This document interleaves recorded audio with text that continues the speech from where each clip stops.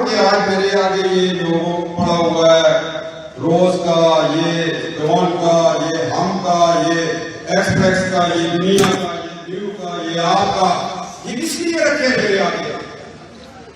कोई बता सकते हैं मुझे? ओ भाई आप लोग गुलाम हो चुके हो, खाओ इनको। मैं गुलाम मीडिया के सामने बात नहीं करना चाहता।